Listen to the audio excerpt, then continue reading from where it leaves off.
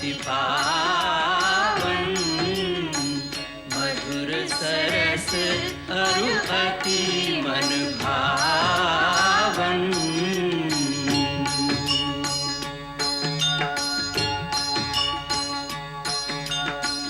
पुनि पुनि कितने हो सुने सुनाए, ये की प्यास बुझत न बुझाए।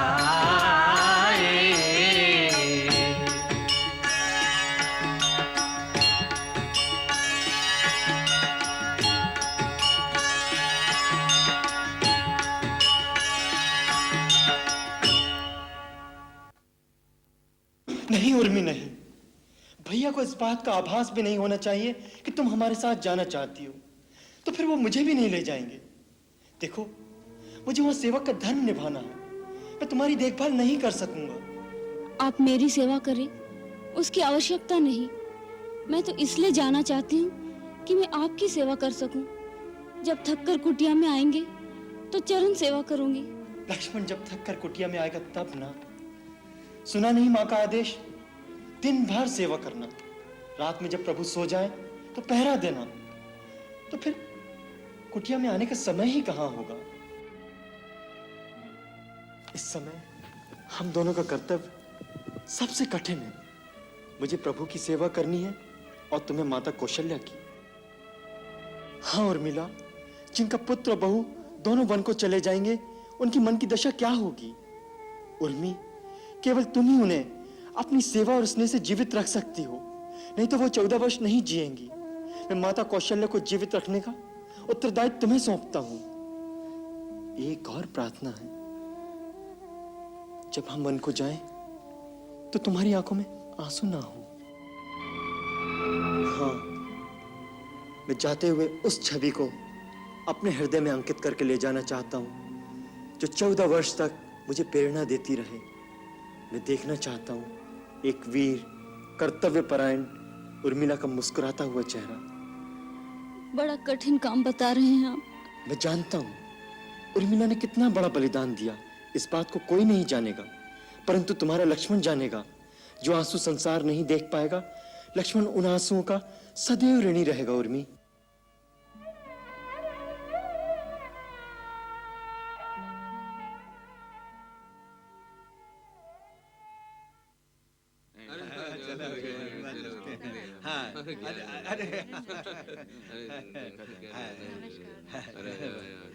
क्यों भैया, क्या ये सच है कि राम का राज तिलक नहीं होगा? नहीं होगा। हाय हाय, ये कैसा अनर्थ हो गया। भैया, विधाता ही विपरीत हो गया, अमृत दिखा के विष दे दिया। अरे भैया, ये क्यों नहीं कहते हो कि बूढ़े राजा की बुद्धि भ्रष्ट हो गई है, भ्रष्ट। कहाँ राम के बिना ग्रास नहीं तोड़ते थे, और अब जोरू के कहने से बुढ़ों ने वनवास दे डाला।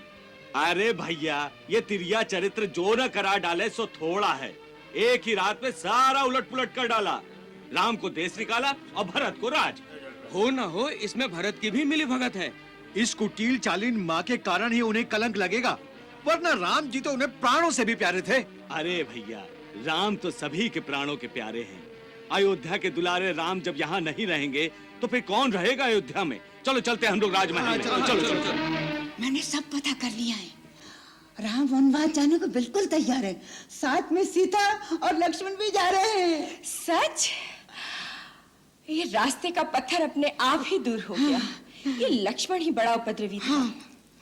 ये देख, ये देख, मैंने सब तैयार कर लिए।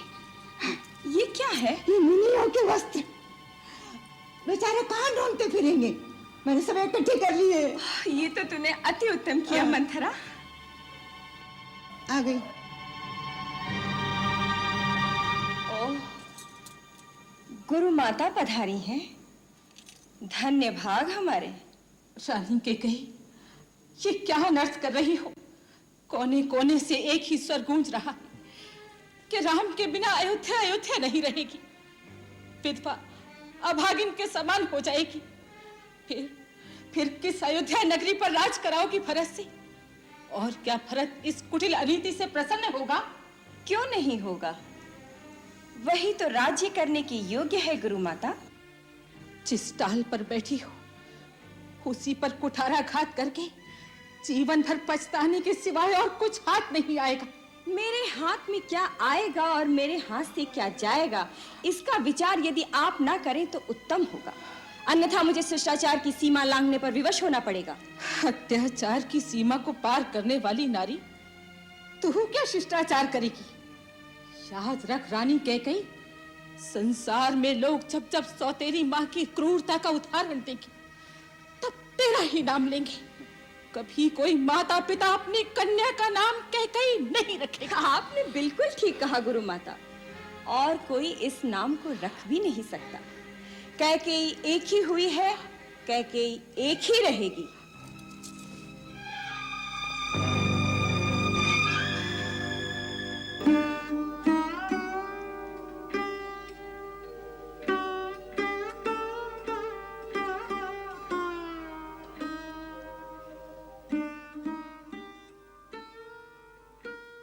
महाराज की जय हो। राजकुमार श्री राम और लक्ष्मण अपनी सारी संपत्ति दान करके महलों को त्याग कर वन गमन के लिए तैयार होकर आए हैं।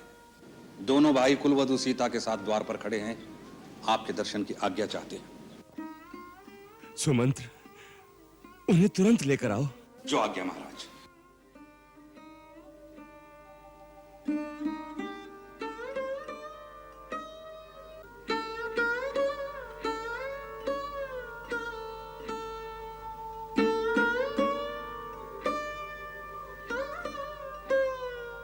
पिताश्री, मैं दंडकारण्य में जाने से पहले आपका आशीर्वाद लेने आया हूं। मेरे साथ लक्ष्मण और सीता को भी वन जाने की आज्ञा दीजिए। क्या? लक्ष्मण, सीता? नहीं नहीं नहीं। मैंने इन दोनों को रोकने का बहुत प्रयत्न किया, परंतु इन्होंने अपना हट नहीं छोड़ा। आप शोक का त्याग कर दीजिए पिताश्री, और हमें जाने की अनुमति दीजिए। मैं 14 वर्ष तक वन में रहकर आपकी प्रतिज्ञा पूरी कर लेने पर फिर आपके चरणों में शीश नवाऊंगा। नहीं नहीं राम, तुम वन में मत जाओ। कैकेयी को दिए हुए वचनों से मैं बंधा हूं। तुम नहीं, तुम वीर हो, इसलिए धर्म पूर्वक दिए गए इस राज्य को मेरा विरोध करके छीन क्यों नहीं लेते? पिताश्री, मैं जानता था आप यही कहेंगे। मैं आपकी महानता को जानता हूं। आप अपने यश, अपनी कीर्ति, सारे जीवन की तपस्या और सत्कर्मों का इसलिए बलिदान कर देना चाहते हैं जिससे आपके पुत्र के साथ अन्याय ना हो। जिसका ऐसा महान पिता हो, उस पुत्र का भी तो यही कर्तव्य है कि वो अपने पिता की महानता पर आंच ना आने दे। यदि मुझे पित्राज्ञा उल्लंघन करने का पाप भी लगे तो भी मैं वो कार्य कदापि नहीं करूंगा जिससे आपकी विमल कीर्ति को धब्बा लगे। तुम अपने पिता को सत्यवादी बनाना चाहते हो, उसके लिए तुम सब कुछ सहन कर सकते हो, परंतु मैं राजमहल में रहूं और तुम वन के दुख भोगो। नहीं वत्स, नहीं, मैं भी तुम्हारे साथ वन में चलूंगा। पिताश्री, आप ही ने तो कहा था कि राजा प्रजा की धरोहर होता है, इसलिए पुत्र मोह में अपनी प्रजा को निसहाय छोड़कर आप कैसे जा सकते हैं? आप मेरे दुख की चिंता न कीजिए। सुख और दुख तो केवल मन की स्थिति का नाम है। मैंने तो अपने मन को वन के सुखों की ओर आकर्षित कर भी लिया है। शास्त्र ने पिता को देवताओं का भी देवता माना है। आपको देवता मानकर मैं अपने वनगमन को आपकी पूजा समझता हूं। मुझे वनगमन की आज्ञा दीजिए, जिससे मैं समझूं कि आपने मेरी पूजा स्वीकार की।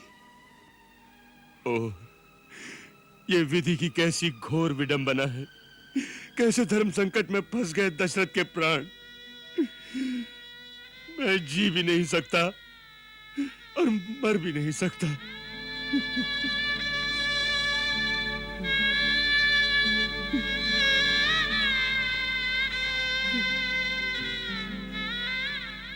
ठीक है, कैसी विधाता की इच्छा। सुमंत्र, हमारी आज्ञा है। चतुरांगणी सेना अंगरक्षक की भांति राम के पीछे पीछे वन में जाएगी। अयोध्या का पूरा राजकोष, अन्न भंडार इनके साथ जाने चाहिए, जिससे ये वन के पावन प्रदेश में ऋषियों मुनियों के साथ यज्ञ अनुष्ठान करेंगे, पर्याप्त दान दक्षिणा देकर सुख पूर्वक रहेंगे। हमारी आज्ञा का पालन किया जाए। महाराज, यदि सारी सेना, राज का सारा कोष राम के साथ चला जाएगा तो इस श्रीहीन, धनहीन और उजड़ी हुई अयोध्या का राज मेरा पुत्र भरत कभी स्वीकार नहीं करेगा। आप कान खोलकर सुन लीजिए, आप वचन हार चुके हैं, भरत को राजा स्वीकार कर चुके हैं, और फिर बिना राजा के अनुमति के आप राज्य की कोई भी वस्तु राज्य के बाहर भेजने का क्या अधिकार रखते हैं? मेरे वर के अनुसार राम को तापस वेश में 14 वर्ष तक मुनियों की तरह वन में रहना है। इन्हें तो ये राजसी अलंकार, वस्त्र, आभूषण सारा कुछ यही त्याग कर जाना चाहिए। इसलिए मैंने इनके लिए मुनियों के वस्त्र भी मंगवा कर रखे हैं। मंथरा,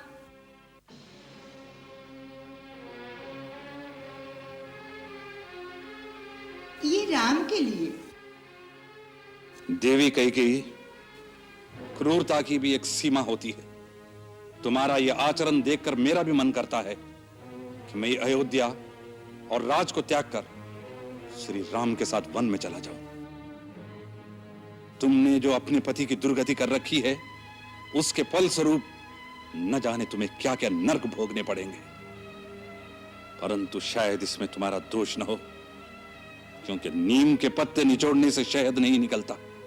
तुम्हारी माता ने भी अपने पति के साथ तिरिया हट करके अपनी ही दुर्दशा कराई थी। आर्य सुमंत्र, अपनी मर्यादा में रहें तो अति उत्तम होगा। आर्य सुमंत्र, माता कैकेयी ठीक कह रही हैं। हमें यहीं से मुनिवेश में जाना चाहिए। राज्य के साथ मैं सर्वस्व राजसी भोगों का भी त्याग कर चुका हूं। लाइए माता, अपने आशीर्वाद के साथ हमें यह मुनिवस्त्र प्रदान कीजिए।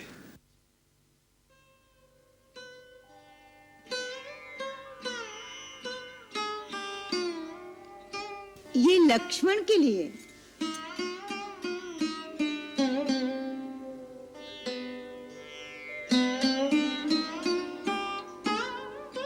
ये तुम्हारी बहू सीता के लिए।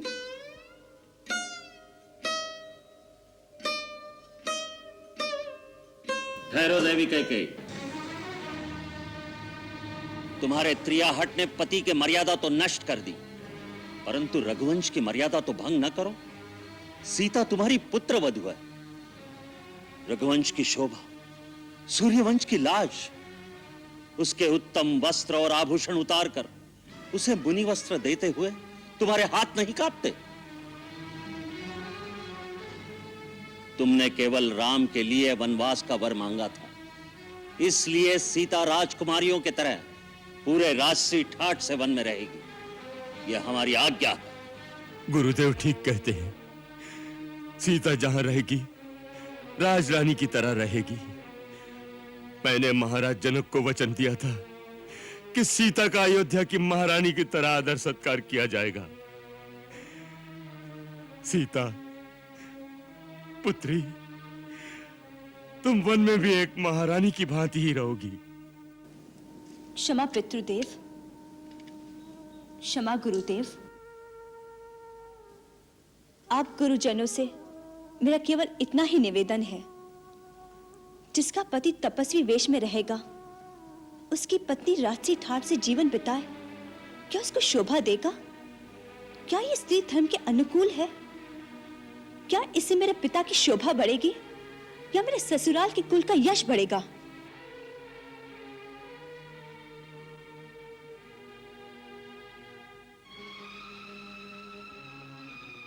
माताजी, मुझे ये वस्त्र प्रदान कीजिए और सिखाइए इन्हें कैसे पहना जाता है। आओ बहुरानी, मैं सिखाती हूँ, मैं पहनाती हूँ। आओ, आ जाओ, आओ, आओ, रखो, आओ चलो।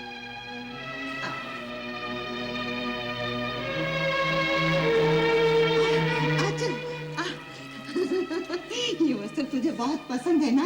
हाँ, आ मैं पहनाती हूँ। उतार दे ये वस्त्र, उतार दे ये आभूषण, चल निकाल, चल। नहीं सीते, तुम भले ही मुनि वस्त्र धारण करो, परंतु आभूषण नहीं उतारोगी। एक सुहागिन स्त्री के लिए आभूषण रहित होना अब शकुन की बात है। जो आज्ञा गुरु माता।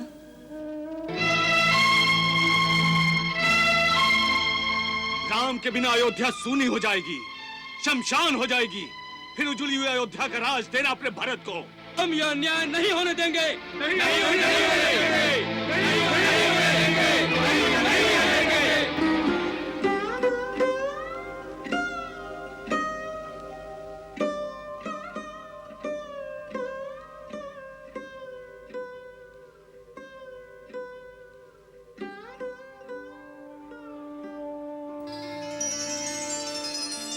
सहन कोई कैसे करे ऐसी घातक ठेस, पुत्र पिता के सामने धरे जोगिया भेस।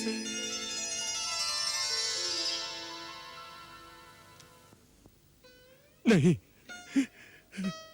नहीं विधाता, ये दृश्य देखकर भी मेरे प्राण क्यों नहीं निकले? जानकी पुत्री, मैं तेरे हाथ जोड़ता हूं, तू वन में न जा। मैं महाराज जनक को क्या मुंह दिखाऊंगा? मैं समझता हूं यह कैकेयी जैसी क्रूर सास हो, तू वहां नहीं रहना चाहती। तो मेरी लक्ष्मी, तू अपने पिता के घर चली जा। वन के असहनीय कष्ट तुझसे नहीं सहे जाएंगे मेरी बच्ची। तू वन में ना जा मेरी बच्ची, तू वन में ना जा। प्रभु, मेरे प्राण तो इनके साथ ही चले जाएंगे, फिर मेरे मृत शरीर को रखकर आप क्या करेंगे? पिताश्री, मुझ पे अनुग्रह कीजिए। पति चरणों की सेवा से मुझे वंचित न कीजिए।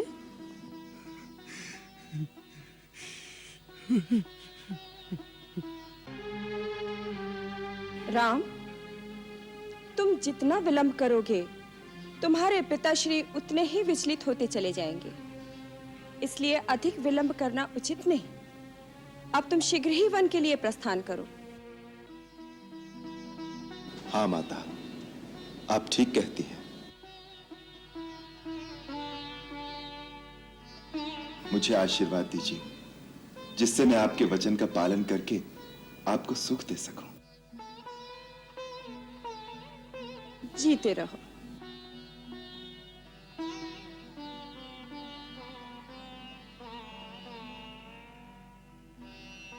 गुरुदेव, आज्ञा दीजिए। राम, तुम्हारी कीर्ति का सूर्य अनंत काल तक दीप्तिमान रहे।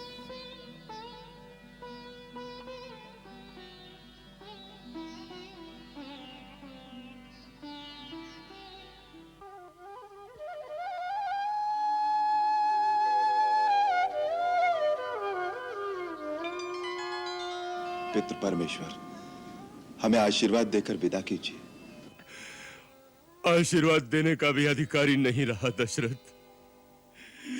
ऐसा पिता न किसी काल में हुआ और न होगा। आप शोक न करें पिताश्री। आप जैसे आदर्श राजा और धर्मपालक पिता पर हमें सदा गर्व रहेगा।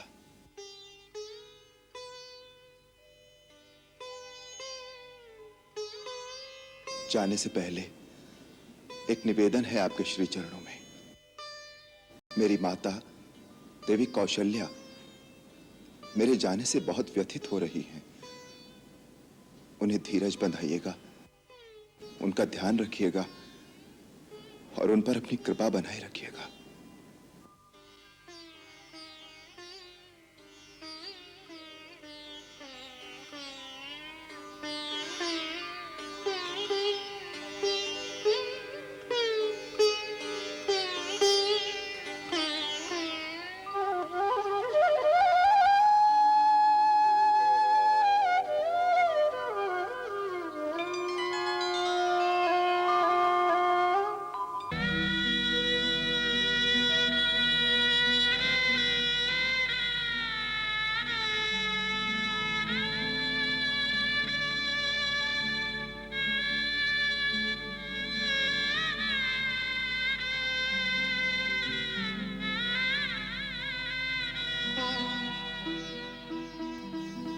जीती रहो।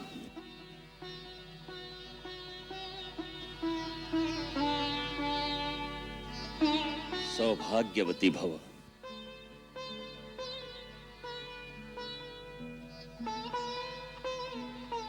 आओ चले।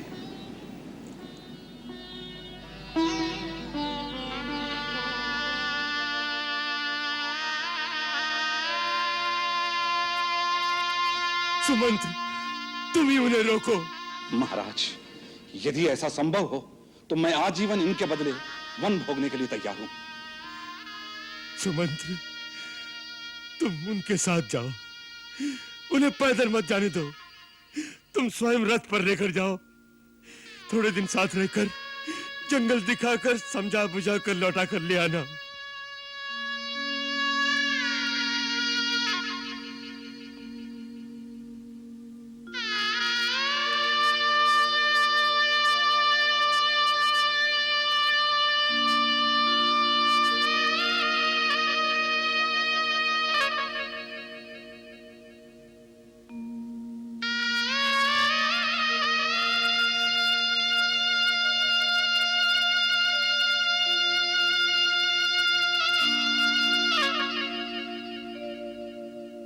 सुमंत्र जाओ, सुमंत्र जाओ। सीता के कोमल चरण पैदल चलने योग्य नहीं, रथ पर बैठा कर ले जाओ। दशरथ की आंखें केवल तुम्हारे लौट कर आने की राह देखती रहेंगी। वो आ गए।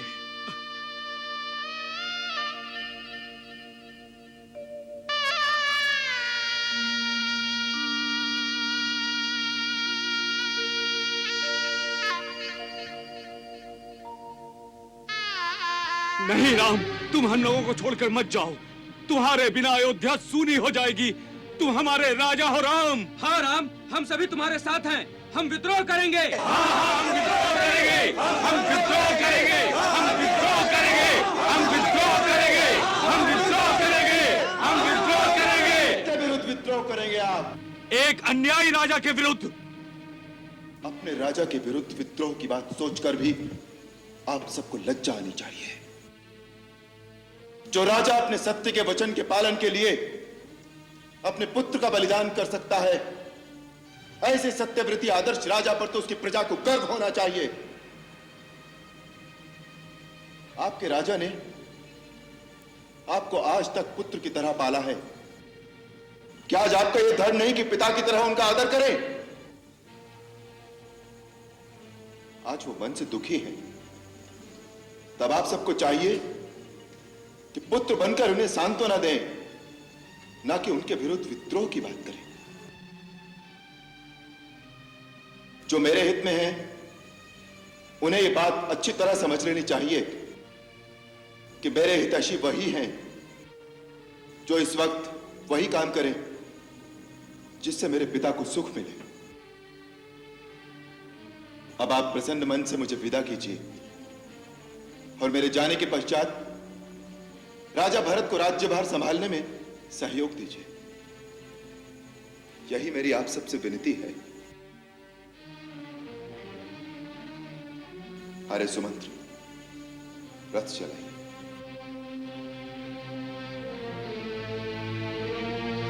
नहीं, हम यहाँ नहीं रहेंगे। जहाँ आप रहेंगे वही हम रहेंगे। जहाँ आप रहेंगे वही हमारी राजधानी होगी और श्री रामचंद्र जी हमारे राजा होंगे और श्री रामचंद्र जी हमारे राजा हैं। बोलो श्री रामचंद्र की। बोलो श्री रामचंद्र की। बोलो श्री रामचंद्र की। बोलो श्री राम। हम जा रहे हैं। मेरा राम जा रहा है। मेरे राम को रोको। मेरे राम को रोको। मेरे राम को रोको। राम राम राम, मेरे राम को रोको। मेरे राम को रोको।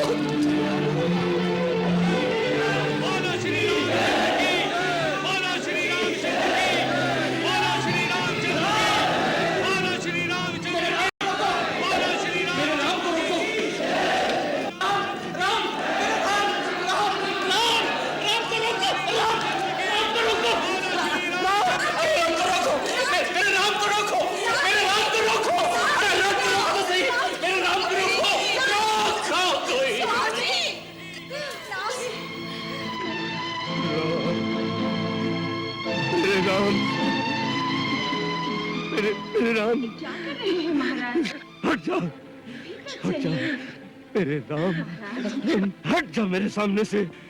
जान डालिनी, आज इसी समय हम तुम्हारा परित्याग करते हैं। हम सबके सामने ये घोषणा करते हैं कि विवाह के समय हमने पवित्र अग्नि के सामने जो वचन दिए थे सब समाप्त हो गए। इसके पश्चात इस लोक और परलोक में भी तुम्हारा मेरा कोई संबंध नहीं रहेगा। आज से अपने आप को विधवा समझ तू, विधवा। हम सबके सामने ये भी घोषणा करते हैं कि यदि भरत तेरी कुमति का अनुसरण करके अपना राज्याभिषेक करा ले तो मेरी मृत्यु के पश्चात उसके हाथ से अर्पण किया हुआ जल भी मुझे प्राप्त न हो, मुझे प्राप्त न हो, प्राप्त न हो। कौशल्य, रो मत कौशल्य, मुझे अपने भवन में ले चलो जहाँ मेरे राम की स्मृतियां चारों ओर बिखरी हुई हैं। मुझे वहीं ले चलो, वहीं ले चलो राम की माता, वहीं ले चलो। सूरज जैसे ज्योति बिन तरवर जू फलहीन, राम बिना दशरथ विकल, जैसे जल बिन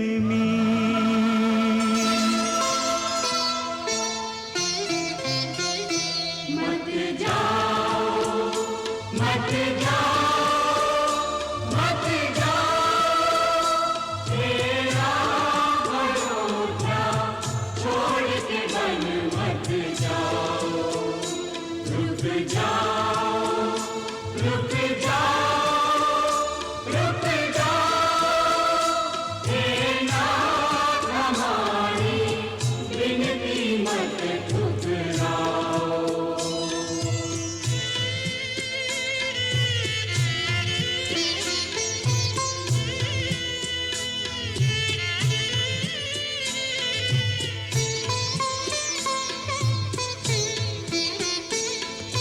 चलत राम लखी अवध अनाथा, विकल लोग सब लागे साथा, कृपा सिंधु बहुविध समझावहि, फिरहि प्रेम बस पुनि फिर आवहि, मन को जाने वालों पर मत मोह जाल फैलाओ।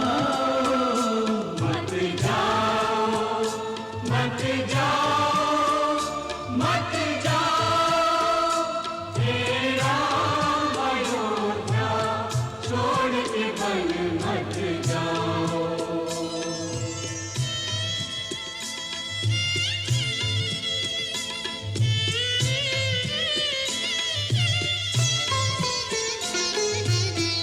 राम बिना मेरी सोनी अयोध्या, लक्ष्मण बिन ठकुराई, सीता बिन गई महलों की शोभा, कौन करे चतुराई। नगर भवन गलियां सब रोवे, रोवे सब नर नारी, भजन विवश रोती नहीं पाती, मैं एक बेचारी।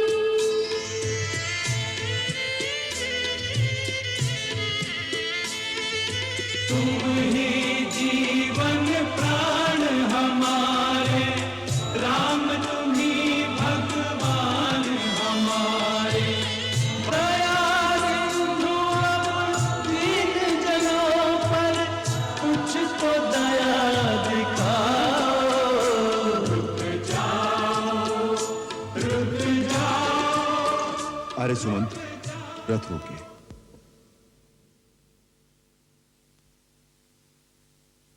सूर्यास्त होने को आया। आप लोग कब तक हमारे पीछे इस तरह आएंगे? केवल 14 वर्ष तक।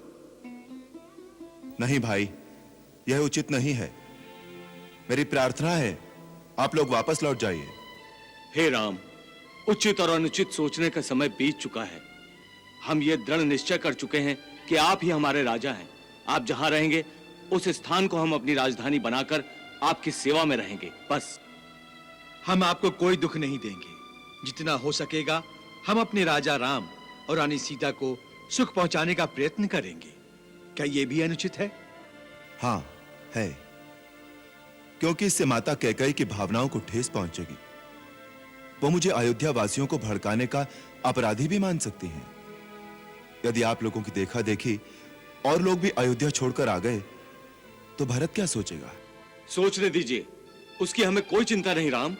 भगवान भी अपने सच्चे भक्तों को नहीं दुत्कारता, उनकी सेवा के आगे वो भी झुक जाता है। और उसी प्रकार आपको हमारी बात माननी पड़ेगी राम। और ये भी सुन लीजिए, हमारा निश्चय अटल है। अटल है हमारा निश्चय, अटल है हमारा निश्चय, अटल है हमारा निश्चय, अटल है हमारा निश्चय, अटल है हमारा निश्चय, अटल है हमारा निश्चय, अटल है हमारा निश्चय, अटल है। अच्छी बात है। अभी तो सूर्यास्त होने को आया, सबके संध्या वंदन का समय हो गया। आज रात यहीं तमसा नदी के किनारे विश्राम करते हैं। प्रातः उठकर कोई निर्णय लेंगे। आर्य सुमंत, घोड़े खोल दीजिए। जो आज्ञा महाराज।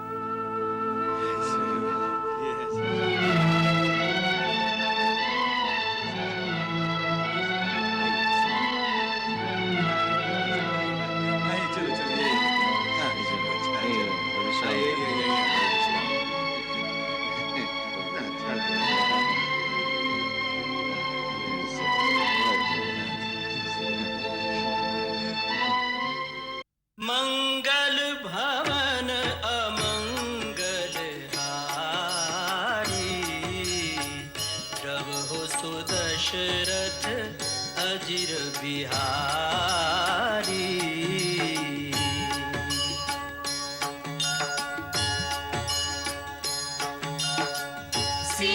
सीताराम चरित अति पावन, मधुर सरस अरु अति मन भावन।